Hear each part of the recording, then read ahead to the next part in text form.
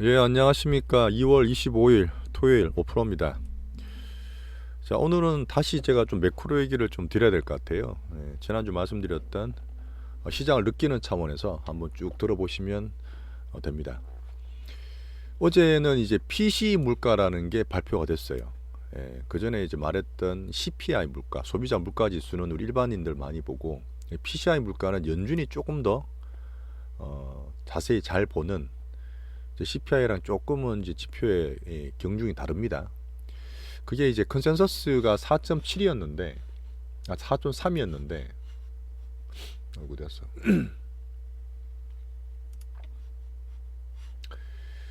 뿅 튀어나와 있죠.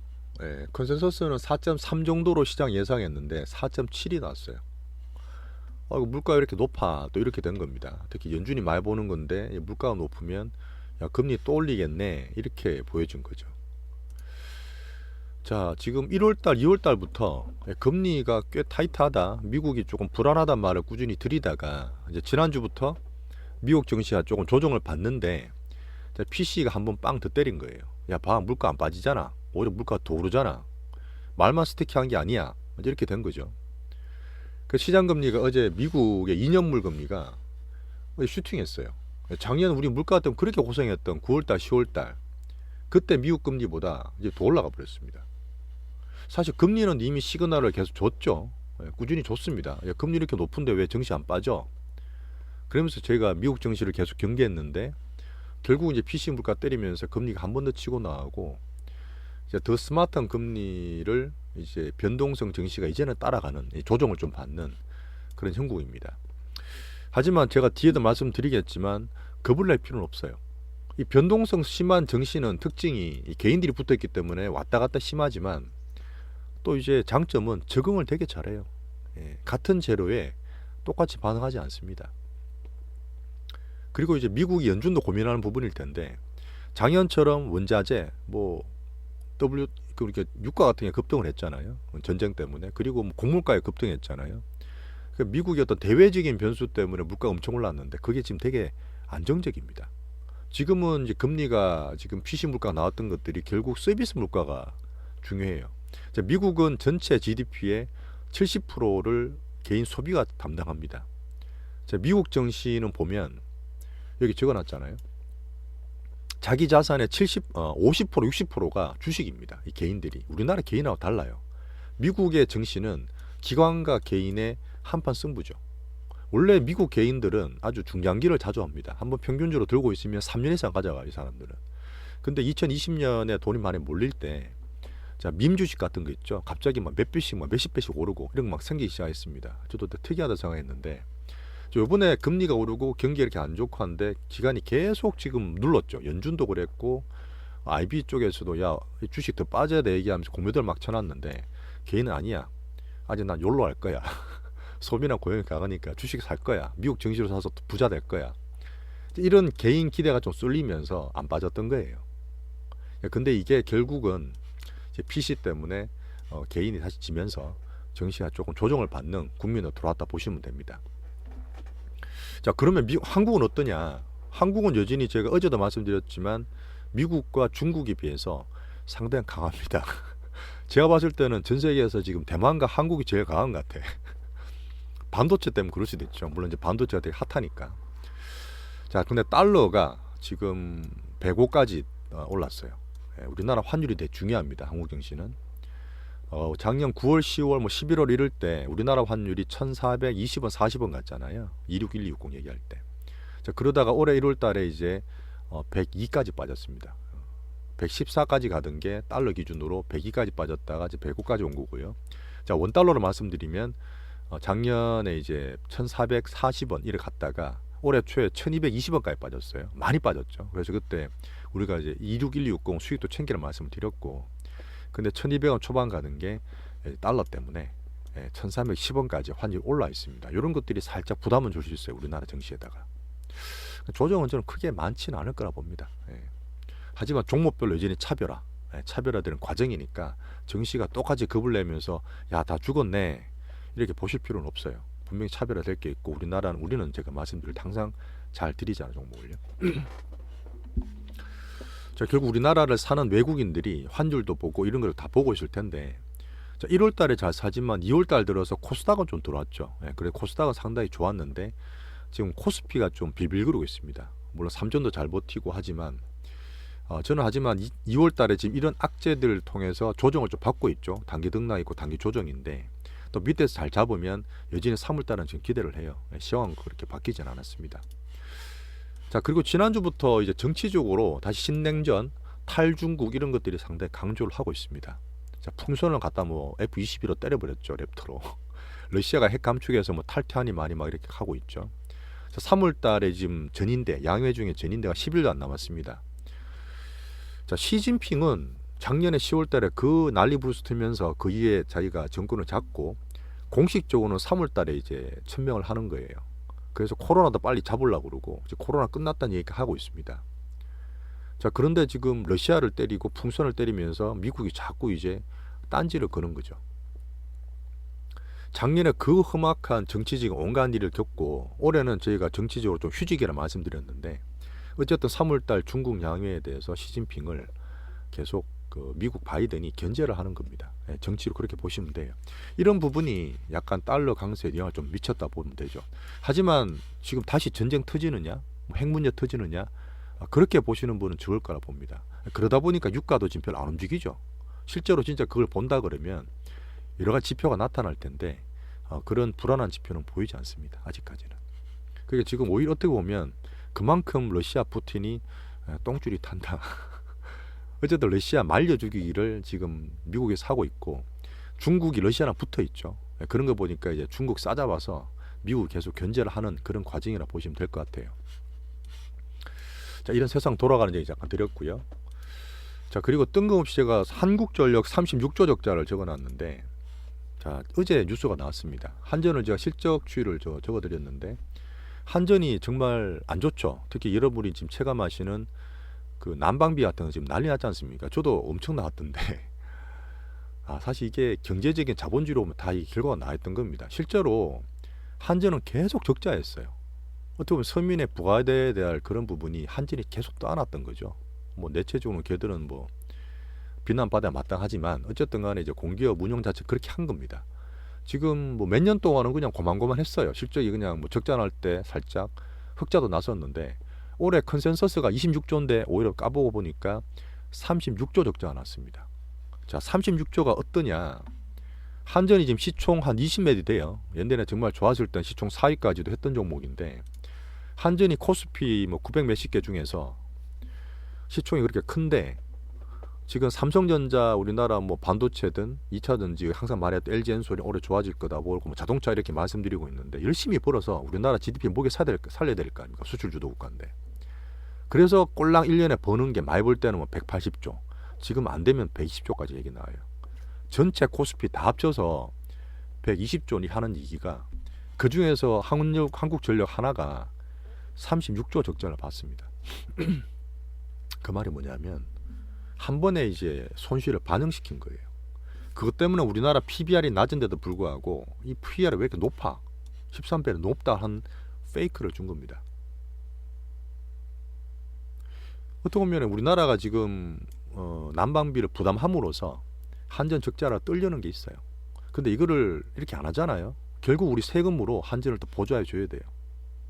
난방비로 우리가 이걸 도와주느냐, 결국 한전의 적자를 나중에 세금에서 해서 한국전력 유지를 시키느냐, 결국은 같은 얘기죠. 근데 정시로 봤을 때는 이 한전이 갑자기 적자를 떨어버리니까 우리나라 PER이 높게 보이는 겁니다. 이런 페이크들이 있어요, 사실은요. 그래서 저는 환율이 1300 이상 되면 결국 또 우리나라 싸다고 보고 우리나라 반도체, 2차전지, 그다음 자동차 같은 것들이 바닥권에서 놀기 때문에 앞으로 좋아질 게 많잖아요. 외국인들이 다시 들어올 거라 저는 보는 거예요. 이런 미국이다 중국이다 하는 것들은 단기적이고 시장은 적응하는 과정이고 우리나라는 차별화될 수 있는 요건이 충분히 있습니다. 그래서 너무 겁내실 필요 없어요. 자, 국가별로 한번 정리를 다시 해드릴게요. 이슈가 3월 22일 날 미국은 FOMC가 있습니다. 방금 말씀드렸던 여러 가지 물가가 너무 스티키하기 때문에 제가 계속 말씀드렸던 뭐 노랜딩은 말도 안 되고요. 미국은 계속 고금리 유지할 겁니다. 금리나 쉽지 않아요. 금리나 기대를 눌러야 되죠. 긴축도. 실제로 물가 같은 거 보여주면서 22일 날 FMC가 열리는데 그때 지금 50bp 0.5% 올린다는 얘기가 갑자기 확 올라옵니다. 그래서 증시가 더 급을 내는 거고 금리에 취약한 성장률이 더 빠지는 거예요. 저는 근데 그럼에도 불구하고 3월 22일 날 FMC는 25bp만 인상할 거라 봐요. 그다음 5월 달도 마찬가지고요. 그때까지는 불확실성이 있겠죠. 시장에서. 그런 것 때문에 시장이 좀 눌릴 수 있습니다. 미국은. 여전히 이제 미국의 근간인 고용과 소비가 아주 튼튼합니다. 견주합니다. 그러니까 그 돈으로 개인이 주식도 사는 거고요. 자, 이 말은 뭐냐면 연준이 봤을 때도 야, 고용 소비가 괜찮은데 물가는 눌려야 되죠.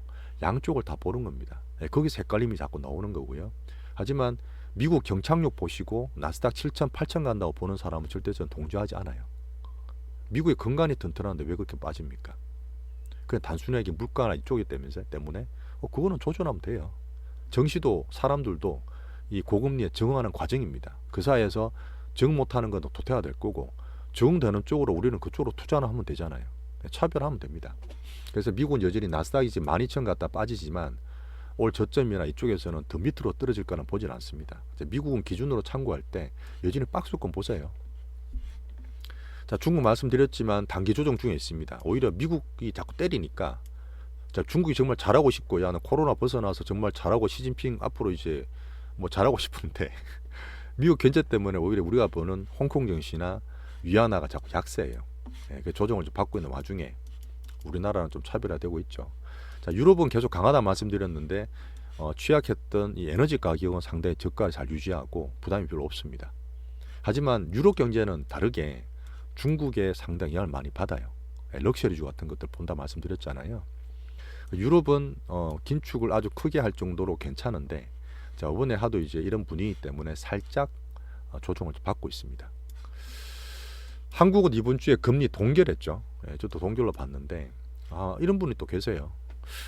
지금 한국 금리가 예전 기준이 3.5고 미국은 올리면 바로 3월 달에 5%가 될 텐데 너무 크지 않느냐. 그러면 금리 때문에 우리나라 걸 팔아서 고금리 주는 미국 다 갈 거 아니냐.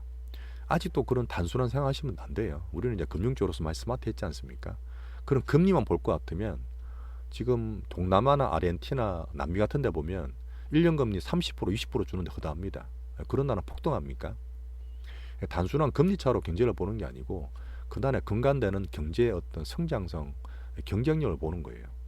자, 우리나라는 어차피 수출 주도 소규모 개방 경제잖아요. 그래서 가장 기본되는 반도체 기준 잡고 지금 올해 다크호스 2차 전지 기준으로 투자하고 투자하지 않지만 보는 자동차 같은 것들이 괜찮고 중국이 지금 단기로는 힘들지만 큰 흐름상 계속 경기 부양할 거예요. 자, 그럼 철강조선, 화학기계 같은 우리나라 옛날에 좋았던 구경제 굴뚝주들, 시크니컬 종목들 이쪽도 흐름이 괜찮습니다. 우리나라는 너무 겁낼 필요 없어요. 자, 코인은 싸이월드가 아마 3월 달에 살짝 언질은 들어왔는데 상장할 수 있을 것 같은 또 그런 소식도 있습니다. 자, 비트코인 기준으로 계속 말씀드리지만 비트코인은 자생력 없어요. 나스닥 빠지면 같이 또 빠졌습니다. 한 25K 가다가 나스닥 밀리니까 다시 23K까지 떨어졌어요. 자, 우리나라 STO 같은 것들은 개별적으로 보지만 저 테마 잘 안 드리잖아요. 주된 테마는 아니니까. 하지만 계속 보고는 있습니다.